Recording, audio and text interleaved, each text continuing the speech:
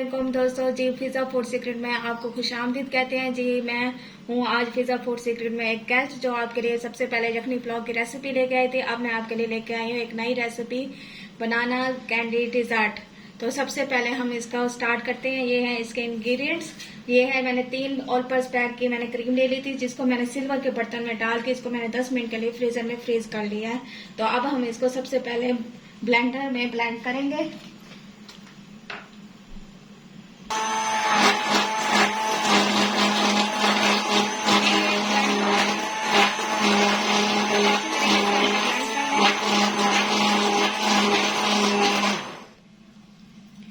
इसको मैं अब अच्छी तरीके से इसको मैंने ब्लेंड करना है। तकरीबन 2 से 3 मिनट के लिए हम इसको अच्छी तरीके से ब्लेंड करेंगे।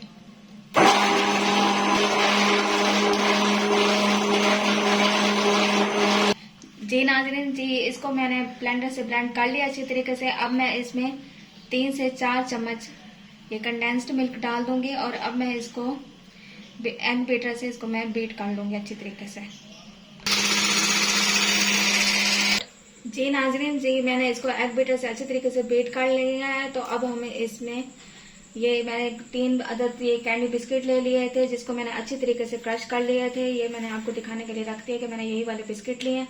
और उसके बाद मैंने 4 अदद केले लिए, जिसको मैंने इस शेप में, गोल शेप में मैंने इसको अच्छी तरीके से काट लिया है। तो अब हम इसकी लेयर्स बनाते जाएंगे। सबसे पहले हम ये जो हमने ये एग बीटर से इसका कंडेंस्ड मिल्क और क्रीम को जो अच्छी तरीके से हमने मिक्सर बनाया, तो अब मैं इसमें सबसे पहले एक बाउल में ये डाल दूंगी। थोड़ा सा इसकी हमने इतनी ज्यादा लेयर नहीं बनानी, ये मैं इसमें थोड़ी सी हल्की हल्की सी ये डाल दूंगी तरीके से। उसके बाद इसमें हमने ये क्रश हुए हुए बिस्किट हमने इसके अंदर डाल देने हैं।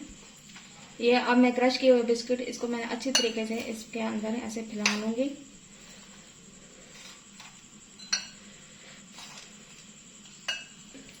इसमें अब मैंने बिस्किट डाल दिया अच्छी तरीके से, इसको मैंने फैला दिया। अब मैं इसके अंदर ये बनाना की लेयर डाल दूंगी।